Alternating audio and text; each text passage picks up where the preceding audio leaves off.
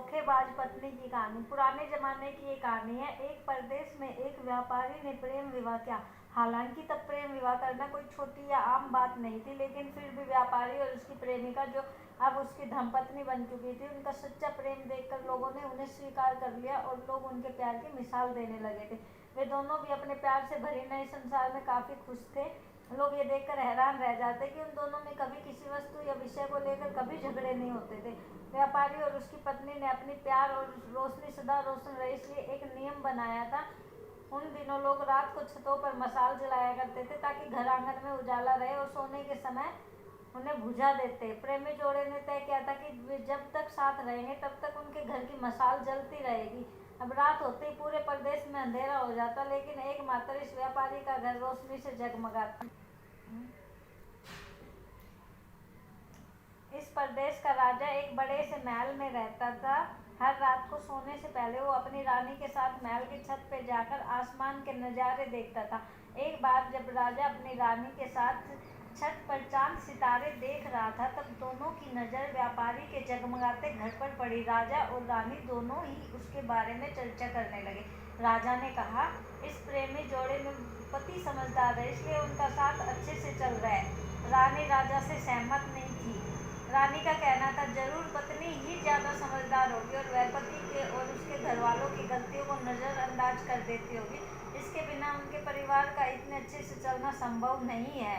राजा रानी की चर्चा बहस में और फिर बाद में झगड़े में बदल गई। अंत में राजा ने कहा कि हम क्यों झगड़ा करें, एक काम करते हैं, उनकी परीक्षा लेते हैं और देखते हैं कौन ज्यादा समझदार है। रानी को भी यह सुझाव पसंद आया। राजा ने उनकी परीक्षा लेने के लिए एक योजना रानी को बताई। अगले दिन योजना के मुताबिक रानी ने व्यापारी के घर पर एक स्त्री को भेजा। वह स्त्री व्यापारी के पास गई और उससे बोली, मैं तुम्हारे लिए रानी का एक संदेश लेकर आई हूँ। वो स्त्री संकोच करते हुए व्यापारी से बोली कि रानी को तुम बहुत पसंद आ गए हो। अगर तुम अपनी पत्नी को छोड़ दो या उसकी हत्या कर दो, रानी तुमसे शादी करने के लिए तैयार है। महिला की बात सुनकर व्यापारी को गुस्सा आ गया, लेकिन उसने अपने गुस्से पर काबू रखते हुए उस महिला से कहा कि ऐसी 1000 रानियां भी आ जाएगी, तब भी मैं अपनी पत्नी को धोखा नहीं देने वाला। तुम मेरी तरफ से रानी से माफी मांग लेना और कहना ऐसा प्रस्ताव दोबारा ना भेजे। उस स्त्री ने वह बात राजा और रानी को जाकर बता दी। व्यापारी का ऐसा जवाब सुनकर राजा खुश हो गया, क्योंकि राजा जैसा सोचता था व्यापारी उतना ही समझदार निकला। अब व्यापारी की पत्नी की परीक्षा की बारी थी। राजा ने एक आदमी को उसके पास भेजा। आदमी ने व्यापारी की पत्नी से कहा, राजा को तुम पसंद आ गई हो। राजा ने कहा, अगर तुम अपने पति को मार देती हो तो वो तुम्हें उनकी रानी बना लेंगे। आदमी की बातें सुनकर पहले तो व्यापारी की पत्नी कुछ भी नहीं बोली। जब आदमी वहां से जाने लगा, तब पीछे से व्यापारी की पत्नी ने कहा कि आज रात को जब मशाल बुझ जाएगी तो समझ लेना कि मैंने अपने पति की हत्या कर दी है। राजा के आदमी ने इस घटना का वर्णन राजा और रानी के सामने जाकर किया। राजा को व्यापारी की पत्नी पर काफी गुस्सा आया, लेकिन रानी ने राजा से कहा कि वह सिर्फ ऐसा कह सकती है, कर नहीं सकती। आखिर वह उसकी पत्नी है और प्रेमिका भी। राजा ने तय किया कि व्यापारी को खतरे में नहीं डालना चाहिए, इसलिए राजा ने अपने कुछ सिपाहियों को आदेश देकर उसके घर के पास खड़ा रहने के लिए कहा। राजा ने उनको समझाया कि जैसे ही व्यापारी के घर के मशाल बुझे तो तुरंत उसके घर में घुस जाना और व्यापारी को बचा लेना। रात होते ही राजा और रानी अपने महल की छत पर आकर व्यापारी के घर की तरफ देखने लगे। आधी रात हो गई, लेकिन कुछ भी नहीं हुआ। रानी राजा से कहने लगी, देखा, मैं कहती थी ना कि उसे कह सकती है, ऐसा कर नहीं सकती। रानी ने ये शब्द कहे ही थे कि राजा ने देखा कि व्यापारी के घर की मशाल बुझ चुकी है। राजा को व्यापारी की चिंता होने लगी।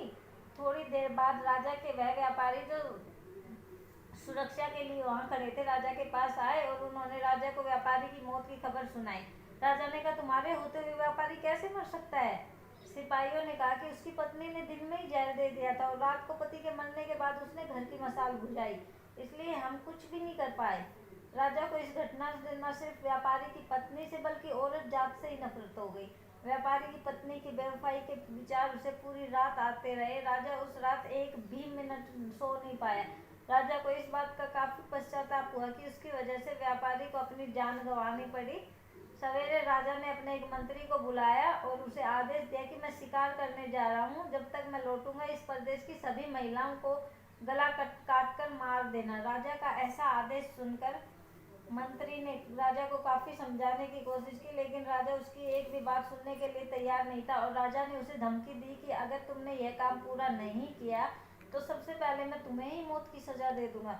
राजा के शिकार पर जाने के बाद मंत्री काफी चिंता में डूब गया। जब मंत्री को कुछ भी नहीं समझ आ रहा था तो मंत्री सीधे अपने पिता के घर गए, जो पहले राजा के पिता के यहाँ मंत्री रह चुका था और काफी समझदार था। मंत्री ने अपने पिता को सारी बात बताई।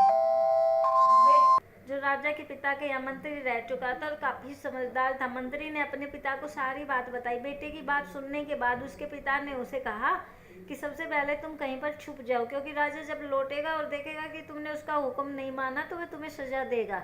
मैं देखता हूँ कि किसी तरह राजा को समझाता हूँ। रात को जब राजा लौटा और उसने देखा कि उसके प्रदेश में सभी महिलाएं पहले की तरह अपना काम कर रही है, घूम रही है, तो उसे मंत्री पर बहुत गुस्सा आया। हर जगह तलाश करने के बाद जब मंत्री नहीं मिला तो राजा सीधे मंत्री के पिता के घर जा पहुंचा। राजा ने मंत्री के पिता से मंत्री के बारे में पूछा। मंत्री के पिता ने राजा को शांत करने के लिए कहा, के लिए पानी दिया, बैठने के लिए कहा और बाद में राजा से पूछा कि आप क्यों सभी महिलाओं को मारना चाहते हैं। राजा ने व्यापारी वाली पूरी कहानी मंत्री के पिता को बताई। मंत्री के पिता ने राजा से कहा कि आपने जो फैसला किया मैं उसे सही या गलत नहीं बता रहा हूँ, लेकिन मैं जो एक छोटी सी कहानी जो मैं जब मंत्री था तब मेरे साथ घटित हुई है वह मैं आपको सुनाता हूँ। उसे सुनने के बाद आप जो फैसला करेंगे वह हम सब मान लेंगे। मंत्री के पिता ने कहा, एक दिन मैं जंगल से गुजर रहा था, अचानक एक नकाबपोश घोड़े पर सवार होकर आया और मुझे बंदी बनाकर घसीटते हुए कब्रिस्तान लेकर गया। वह मुझे एक कब्र के पास लेकर आया। वहां पर पहले से एक कब्र खुदी हुई थी और एक सरकटा आदमी उस कब्र में था। उस नकाबपोश ने मुझे उस कब्र में मिट्टी डालने के लिए कहा। जब मैंने कब्र को पूरी तरह मिट्टी से ढक दिया तब उसने मुझे बाजू में एक और कब्र खोदने के लिए कहा।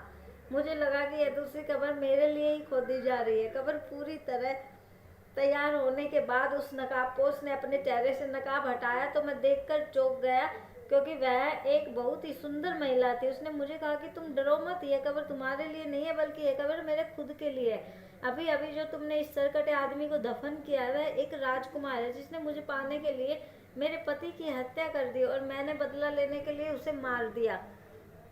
मैं अपने पति से बहुत ज़्यादा प्यार करती हूँ, इसलिए मैं इस जन्म में जिंदा नहीं रहना चाहती और उनके कब्र के बाजू में मरकर दफन होना चाहती हूँ, ताकि अगले जन्म में फिर से उनसे मिल सकूं। इतना कहकर उस महिला ने अपनी गर्दन पर चाकू रखकर गर्दन काट ली और उस कब्र में गिर पड़ी। मेरे पास कोई दूसरा उपाय नहीं था, क्योंकि मुझे पता चल चुका था कि वह मुझे सिर्फ अपने आप को कब्र में दफन करने के लिए वहां तक लेकर गई थी। तो मैंने उसे दफन किया और अपने घर वापस लौटाया। महाराज, आपने जिस घटना को देखा उसमें एक महिला ने धोखेबाजी की है, लेकिन मैंने जो कहानी सुनाई है, मैंने जिस घटना को अनुभव किया उसमें एक महिला ने अपने पति के प्यार में अपनी जान दी। अब आप ही बताइए महाराज, अगर एक महिला बेवफा निकली तो क्या सभी महिलाएं बेवफा होंगी? एक महिला के किए की सजा सभी महिलाओं को देना क्या उचित होगा? राजा को बूढ़े मंत्री की बात अच्छी तरह से समझ में आ गई। उसने सभी महिलाओं को मारने का ख्याल अपने मन से निकाल दिया। तो दोस्तों, एक कहानी हमें समझाती है कि दुनिया में भिन्न भिन्न तरह के लोग हैं, भिन्न भिन्न तरह के उनके विचार है और उतने ही अलग तरह के सबके व्यवहार है। हम एक आदमी का व्यवहार देखकर बाकी सबके लिए कोई फैसला नहीं कर सकते। आज के दौर में यह बात बहुत अच्छी तरह से सबको समझनी चाहिए, क्योंकि आजकल ऐसा होता है कि जब कोई प्यार में धोखा खाता है तो वह सभी औरतों को या फिर सभी पुरुषों को नफरत की दृष्टि से देखने लगता है, सभी को एक ही तराजू में तोलने लगते हैं। आपको इस कहानी के बारे में क्या विचार है, जरूर बताइएगा।